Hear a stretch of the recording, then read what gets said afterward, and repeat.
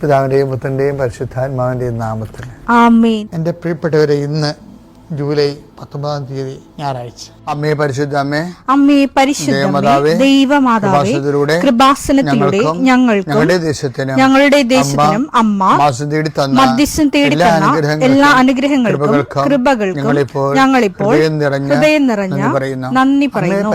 അമ്മേ പരിശുദ്ധമേ, ദൈവമാതാവേ, 2004 ഡിസംബർ 7 തീയതി ഉച്ചകഴിഞ്ഞ് 2:30 കൃപാസനത്തിൽ സംഭവിച്ച അമ്മയുടെ പ്രത്യക്ഷപ്പെടലിനെ കുറിച്ച് തിരുസഭയ്ക്ക് സമർപ്പിച്ചിരിക്കുന്ന പഠനരേഖകളുടെ മേൽ സഭാത്മകമായ പഠനം ആരംഭിക്കുവാൻ ഞങ്ങൾ പ്രാർത്ഥിക്കുന്നു.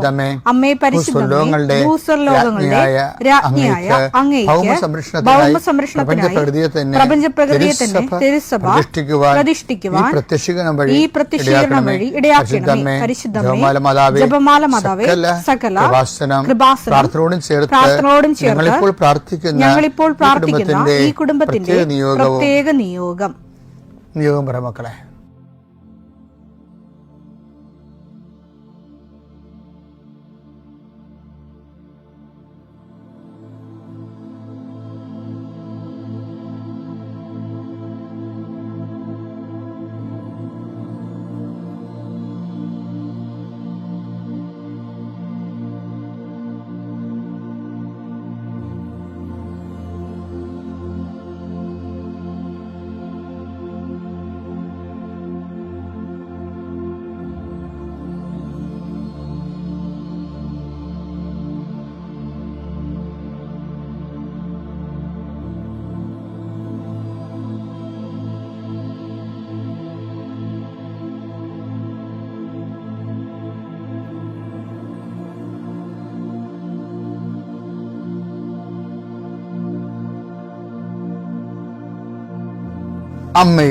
അമ്മയുടെ പ്രത്യക്ഷീകരണത്തിന്റെ ഈ അനുഗ്രഹവേളയിൽ ഞങ്ങൾക്ക് സാധിച്ചു തരുവാൻ കനിയണമേ.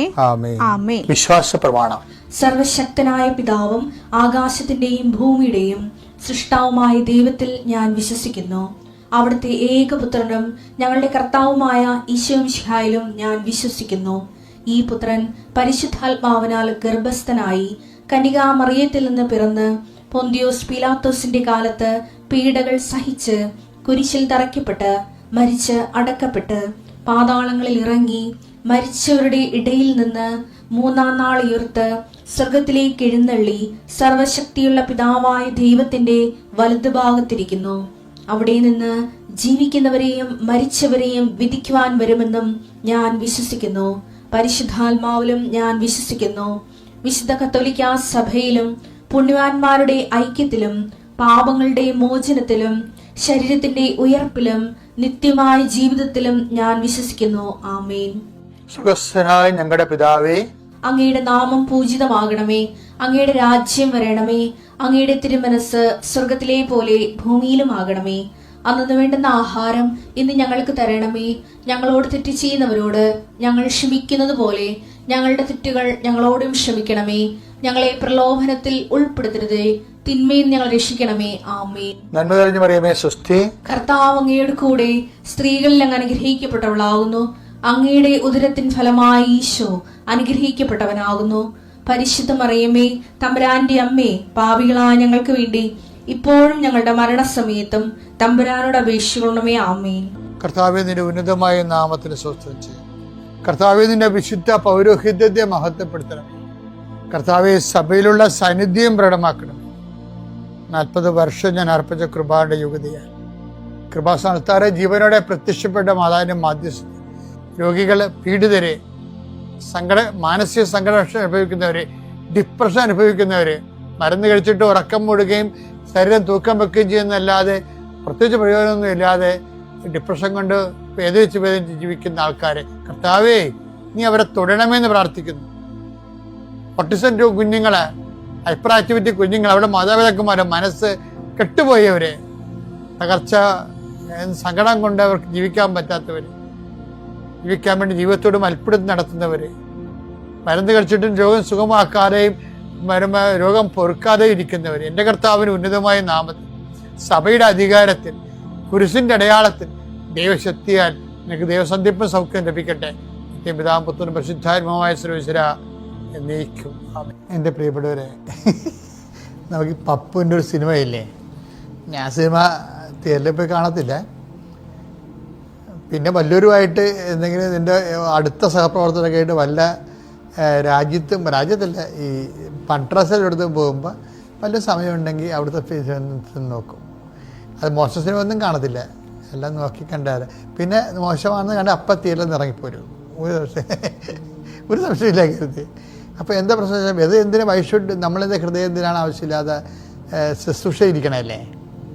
അപ്പം അത് എന്താ ഞാൻ ഈ പറയാൻ കാരണം വെച്ച് കഴിഞ്ഞാൽ ഈ ഇപ്പം ശരിയാക്കി തരാമെന്നും പറഞ്ഞൊരു സിനിമ ഈ പണ്ടുണ്ടായിരുന്ന പപ്പുവിൻ്റെയൊക്കെ, പപ്പു ഒരു സ്പാനറൊക്കെ വെച്ചിട്ടുണ്ട്, വെള്ളാനകളുടെ നാട് അങ്ങനെ എന്താ ഇപ്പം ശരിയാക്കി തരാമെന്നാണ്.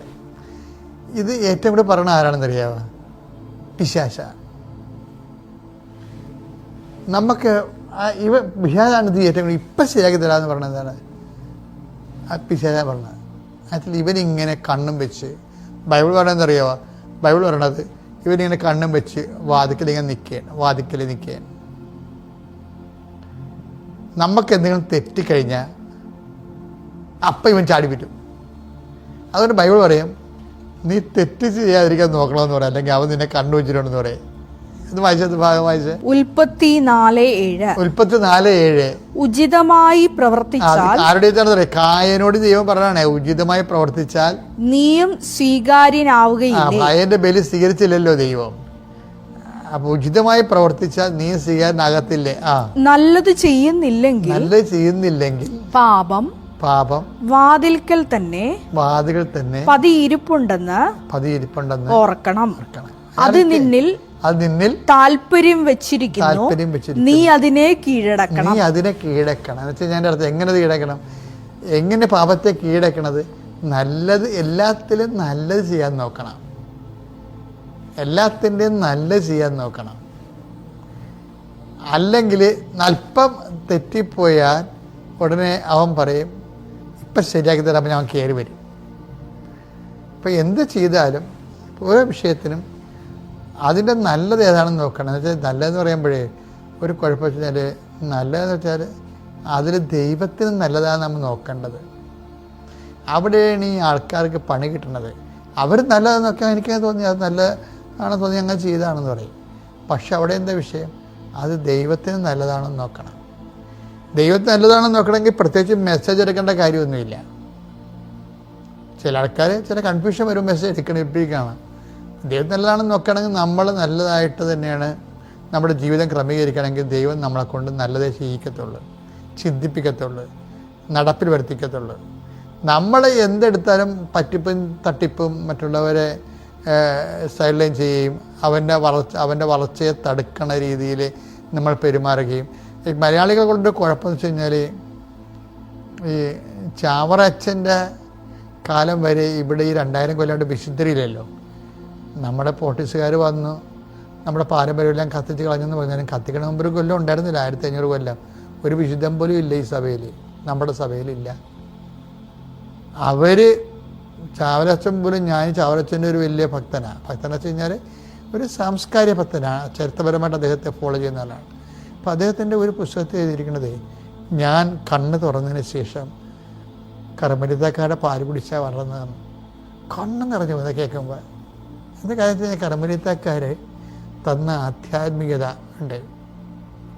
അത് ഏത് ആധ്യാത്മികതയാണ്? ഉദയംപ സൂര്യദിവസത്തിലൂടെ ആ സഭാ നവീകരണ പ്രക്രിയയിലൂടെ അത് ഏറ്റെടുത്ത് കർക്കശമായി ഒത്തിരി തെറിയും ഒത്തിരി സങ്കടവും ഒത്തിരി ഞെരുക്കങ്ങളൊക്കെ അനുഭവിച്ച് തന്നെയാണ് അവരിതെല്ലാം സഭയെ നവീകരിച്ചെടുത്തത്. എടുത്തതിന് ശേഷം നമുക്ക് വിശുദ്ധരുണ്ടായി, വിശുദ്ധ ജീവിതം എന്താണെന്നൊക്കെ മനസ്സിലായി. അതുപോലെ തന്നെ എങ്ങനെയാണ് കൗദാശ ജീവിതം എന്നൊക്കെ മനസ്സിലായി. നമ്മൾ ആഴമായ സാക്ഷികളായി മാറി. നമ്മുടെ കൂട്ടത്തിൽ നിന്ന് എന്തുമാത്രം സുവിശേഷ പ്രവർത്തകരുണ്ടായി. ഈ പോർട്ടുഗീസുകാർ വരുന്ന മുമ്പ് ഒരു സുവിശേഷ പ്രവർത്തനം കാണിച്ചു തരാവാ ആരുമില്ല. ഇനിയിപ്പോൾ എന്തെല്ലാം വിശുദ്ധന്മാരുണ്ടായി. ഇപ്പോൾ കുഞ്ഞാനച്ചനെ പോലെയുള്ള എന്തുമാത്രം വിശുദ്ധന്മാരിന് വരാൻ പോകുന്നു. അവരാരെല്ലാം എന്താണ് അതെല്ലാം വരാപ്പുഴ വികാരിയാത്തിൽ നിന്ന് പ്രസരിച്ച ആധ്യാത്മിക ചൈതന്യത്തിൽ നിന്ന് നേടിയെടുത്തിട്ടുള്ള കൃപകളാണ് ശരിക്കും പറഞ്ഞാൽ. അപ്പം അത് നമ്മളെ ചരിത്രത്തെ ഇപ്പം എല്ലാവരും പൊട്ടിച്ചുകാരെ തെറി വിളിക്കുകയും കർമ്മരീച്ചക്കാരെ എപ്പോഴും പുച്ഛത്തോടെ നോക്കുകയും ചെയ്യുന്ന ഒത്തിരി പുസ്തകം ഞാൻ വായിച്ചിട്ടുണ്ട്. പക്ഷേ ഞാനത് വേറൊരു വശം കൂടി ചിന്തിച്ച് നോക്കുമ്പോൾ കേരളത്തിൻ്റെ ആധ്യാത്മികത എന്താ ശരിക്കും പറഞ്ഞാൽ ഇപ്പം നമ്മൾ നോക്കുമ്പോൾ കർമ്മരീത്തക്കാരുടെ ആധ്യാത്മികതയാണ്. ഈ സ്റ്റവലിൻ്റെ പിതാവിനെ കുറിച്ച് ഞാൻ ഇന്നലെ പറഞ്ഞില്ലേ, സ്റ്റവലിൻ്റെ പിതാവാണേ, അദ്ദേഹത്തിൻ്റെ അധ്യക്ഷതയിലാണ് മാന്നാനത്ത് CMA ആശ്രമം ആദ്യമായിട്ട് സ്ഥാപിക്കുന്നത്. അന്ന് പാലക്കലച്ചനുണ്ടായിരുന്നു. പാലക്കലച്ചനും ചാവറ അച്ഛനായിരുന്നു, അതായത് ക്ലിയറിയായിട്ട് പട്ടം കിട്ടുകയുണ്ടായിരുന്നുണ്ട്. അപ്പോൾ ഇവരെല്ലാവരും കൂടി നിൽക്കുമ്പോൾ സ്റ്റബിലിൻ്റെ പിതാവിന് അന്ന് കാര്യം മുഴുവൻ ചൊറിയായിരുന്നു. ഇവ ആലപ്പുഴ വന്ന് താമസിച്ച് ഭയങ്കര രോഗങ്ങൾ പിടിച്ചിട്ട് പാവം അവിടെ പോയി ആയുർവേദ ചികിത്സയായിരുന്നു. അപ്പോൾ എഴുന്നേക്കാൻ പോലും പറ്റുന്നില്ലെങ്കിൽ പോലും ഈ ചൊറി പിടിച്ച കാലം തളർന്ന കാലമായിട്ട് ഈ സായിപ്പല്ലേ മുഴുവനും ചുവന്ന് നേറി വന്ന് കുടമാളൂർന്ന് അവിടെ വന്ന് നിൽക്കുകയാണ്. എന്ന് പറഞ്ഞ് നിങ്ങളിട് ഞാൻ നിൽക്കാമെന്ന് പറഞ്ഞു. അദ്ദേഹത്തിൻ്റെ സാന്നിധ്യത്തിലാണ് ആദ്യത്തെ ആശ്രമക്കല്ലിടുന്നത്. അദ്ദേഹം ഒരു 200 സ്കൂടി കൊടുക്കും. 6 വെള്ളി നാണയമാണ് സ്കൂടി എന്ന് പറയണത്. അത് ആദ്യത്തെ സംഭാവനയാണത്. നമ്മുടെ സഭയുടെ ചരിത്രങ്ങൾ വളരെ പോസിറ്റീവായിട്ട് പഠിക്കാൻ നോക്കണം. അല്ല, സഭയുടെ പഠിക്കണത് ഈ സഭയെ വെറും ഒരു ജാതി സമാജമായിട്ട് കാണുന്നവരാണ് പലപ്പോഴും മറ്റുള്ളവരെ ഈ സഭയിൽ നടന്നിട്ടുള്ള എല്ലാ നവീകരണ പ്രവർത്തനങ്ങളെയും സംശയം ദൃഷ്ടിയോടെ നോക്കുന്നത്. സഭ ജാതി സമാജമല്ല, സഭ തിരുസഭയാണ്. കർത്താവിൻ്റെ വിശുദ്ധമായിരുന്ന വീണ്ടെടുക്കപ്പെട്ടവരുടെ ആത്മീയ സുവിശേഷ സാക്ഷ്യക്കൂട്ടായ്മയാണ്. അത് അങ്ങനെ തന്നെ വരികയും ചെയ്യണം. പിതാവിൻ്റെയും പുത്രൻ്റെയും പരിശുദ്ധാത്മാവിൻ്റെയും നാമത്തിൽ.